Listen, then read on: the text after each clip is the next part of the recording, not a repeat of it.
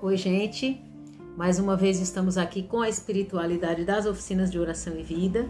Estamos fazendo uma caminhada linda com Jesus, com o Espírito Santo nos conduzindo e usando o material deixado pelo Frei Inácio no seu livro Pobre de Nazaré, que nos permite caminhar um pouco na vida pública de Jesus para conhecer muito mais Jesus e amar mais. Vamos pedir que o Espírito Santo nos conduza nesse momento, porque somente Ele pode fazer com que a gente consiga entender essa grande mensagem de Jesus e essa grande mensagem que é Jesus para a nossa vida. Rezemos. Vem, Espírito Santo, enche os corações dos teus fiéis e acende neles o fogo do teu amor. Tu és a força que vigoriza nosso trabalho. Tu és o alento que vivifica nossa alma. Tu és a luz que ilumina nossa mente, o motor de nossas boas obras. Dá-nos docilidade para seguir teus mandados e que gozemos sempre da tua proteção, da tua companhia. Amém. Então, nós estamos caminhando com Jesus no período em que as autoridades de Jerusalém, os fariseus e os doutores da lei, travavam uma perseguição cheia de armadilhas contra Jesus, com a intenção de acusá-lo e livrarem-se dele, defendendo assim seus interesses próprios. Então, neste tempo, um fariseu convidou Jesus para comer em sua casa. Seria esse fariseu um dos poucos que simpatizavam com Jesus ou buscava uma oportunidade para preparar uma armadilha? Pelos outros convidados e pelo que depois aconteceu, pensamos que a intenção secreta do convite era complicá-lo com maquinações e ciladas. Seja como for, Jesus aceitou o convite, embora sabia que se metia num ninho de víboras. Como de costume, não moveu um dedo para ficar bem diante do anfitrião e dos companheiros de mesa. Entrou na sala do banquete, dirigiu-se diretamente ao seu lugar e sentou-se. O fariseu anfitrião, sentindo-se menosprezado, começou a comentar com os outros convidados, dizendo: olhem, acaba de chegar do pó do caminho, do contato com o povo, mais do que ninguém necessitava lavar-se. É um rústico que não tem nenhuma delicadeza, nem com Deus, nem com os homens. Em outra época, Jesus responderia com um tom moderado, como era seu estilo. Mas esse tempo havia passado. A experiência tinha lhe ensinado que essa classe de pessoas confunde bondade com debilidade e que qualquer tentativa de conversão mediante a doçura estava inevitavelmente condenada ao fracasso. O chicote e o profetismo agressivo não conjugava com o estilo de personalidade de Jesus, uma personalidade tão cheia de doçura, de mansidão, tão propensa à misericórdia e à bondade. Apesar disso, a horrível cena em que tinha sido qualificado como ministro de Belzebu, como nós vimos no último encontro, o induziu a empregar uma estratégia de choque frontal e violento. Como último recurso para a longínqua esperança de que também a hierarquia religiosa pudesse entrar na órbita da salvação. Então, o objetivo de Jesus é recorrer a uma linguagem, a uma estratégia diferente de choque frontal e violento. O motivo que motivou Jesus foi usar isso como último recurso para a longínqua esperança de que também a hierarquia religiosa pudesse entrar na órbita da salvação. É importante a gente atentar para o objetivo de Jesus. Quando ele age assim, o que motiva, né? Para a gente conseguir entender o interior de Jesus e buscar ter o nosso interior como o interior de Jesus, que é o nosso grande objetivo nesse trabalho todo, nessa caminhada que nós estamos fazendo. E em uma circunstância tão pouco oportuna como um banquete, Jesus resolveu aproveitar a ocasião para apontar o tumor, descarregando terríveis golpes e provocando desta vez uma crise total. Então Jesus aproveita a ocasião para apontar o tumor, que por Jesus é visto e talvez por eles não, sei lá. E Jesus dizia: ai de vocês, escribas e fariseus hipócritas, que andam obcecados pelo brilho dos pratos, enquanto seu interior está cheio de imundície. Pagam meticulosamente o dízimo das hortaliças, enquanto pisoteiam sem escrúpulo a misericórdia e o amor. Ai de vocês, escribas e fariseus hipócritas, que se parecem com os túmulos, por fora são puro mármore, por dentro podridão. Por fora, vistoso formalismo, por dentro, fanatismo e teimosia. Ai de vocês, escribas e fariseus hipócritas, que percorrem céu, mar e terra em busca de seguidores, e quando os conseguem agarrar, os transformam em um monumento de formalismos e palavras vazias, sem espírito, sem vida. Estavam também presentes ao banquete uns doutores da lei que replicavam: mestre, com tanta agressividade também nos fere e ofende. Jesus disse: ai de vocês, doutores da lei, que creem ter entre as mãos o monopólio do espírito de Moisés. Em verdade lhes digo, suas chaves não podem abrir as moradas interiores, onde vocês não entram e nem deixam entrar os outros. Raça de víboras, como poderão escapar das garras da reprovação? Já disse o Senhor, e Jesus recorre às Escrituras Sagradas.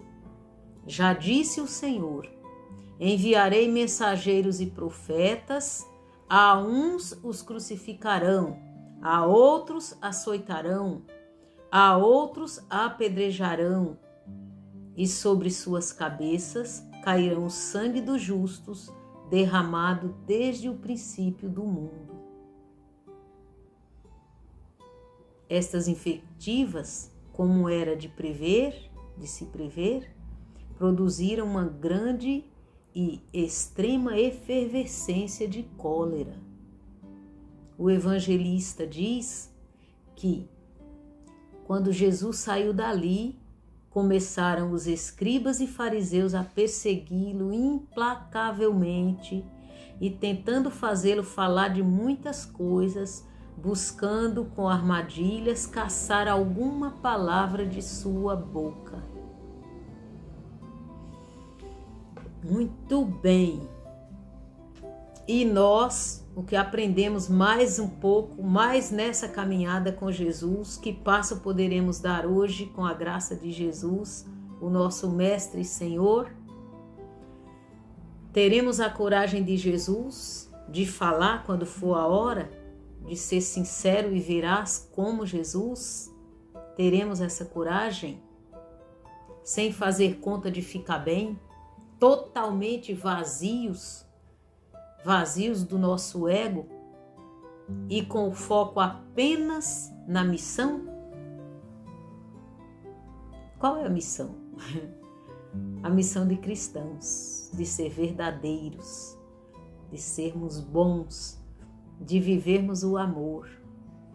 Então, com foco nessa missão, teremos a coragem de Jesus de deixar o nosso ego de lado diante das situações e ser verdadeiros. Mas por que deixar o nosso ego de lado? Porque o que motiva muitas vezes as nossas reações é o amor próprio ferido. Então, para defender o nosso ego, nós até muitas vezes somos exageradamente sinceros, mas em defesa do nosso ego. E aqui, como nós vimos, Jesus tinha um objetivo bem claro, né? O que motivou Jesus era o desejo de que também a hierarquia religiosa de Israel entrasse na órbita da salvação. Muito bem. Então agora nós vamos fazer uma oração pedindo a Jesus que tenhamos também nós esse coração de Jesus. E em seguida a gente mostra a experiência pessoal que essa sim vai nos curar e nos fazer dar o passo da semana, porque é Jesus em nós, é Jesus através de nós. Vamos à oração. Eu com a voz e vocês com o coração. Senhor Jesus Cristo, que tua presença inunde por completo o meu ser.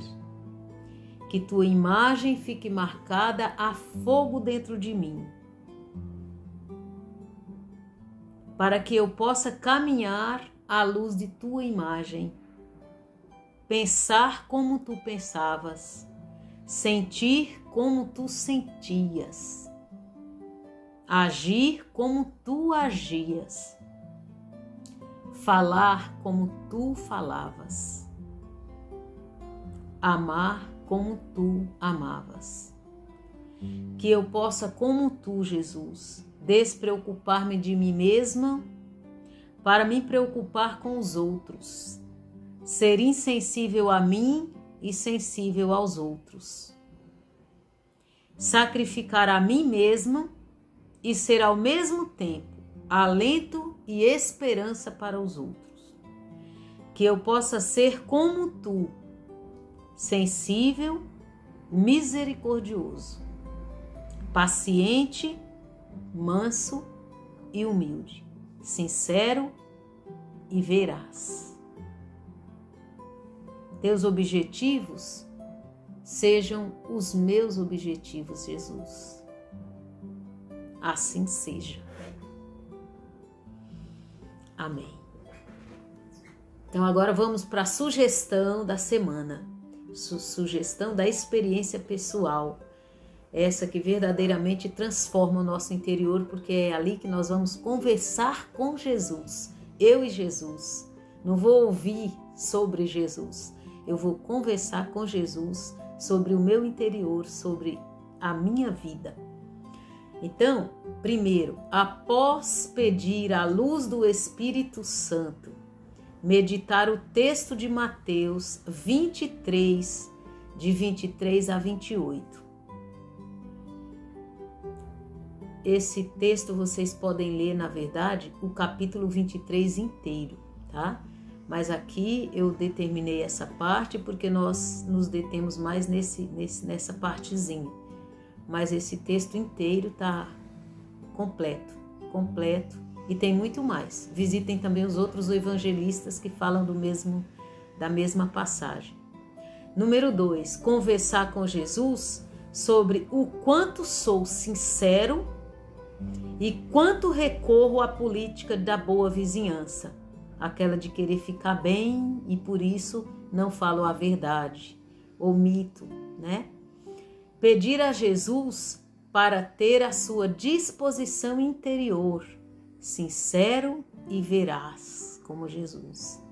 Se preferir, conversar com Jesus escrevendo. Muito bem. E Jesus nos cura. Vamos então fazer o nosso canto final, né? E hoje nós vamos cantar a Jesus. Nós vamos homenagear Jesus com esse canto. Ele que veio para ser o nosso modelo de filhos de Deus e que passou por poucas e boas, né, por nós, para nos ensinar. Então ele deixou para nós um caminho a seguir, muito bem explicado, esclarecido, com palavras e com a própria vida. E aí cabe a cada um que deseja verdadeiramente seguir o caminho e chegar com Jesus, segui-lo. Cantemos.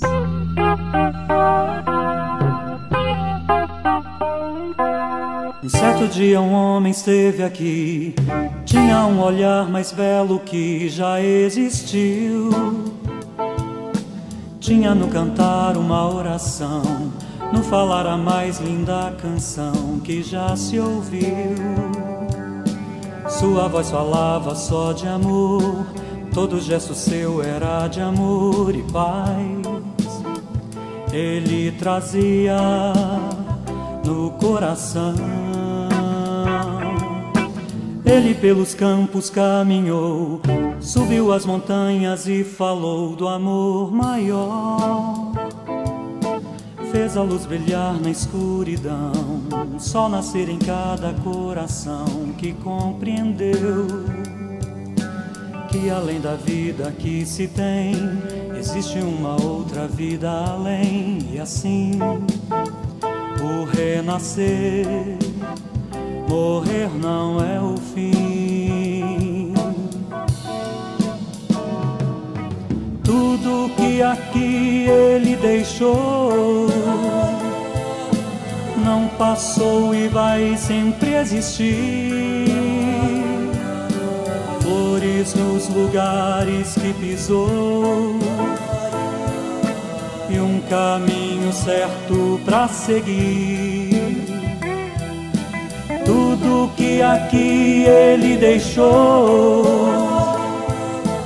não passou e vai sempre existir. Flores nos lugares que pisou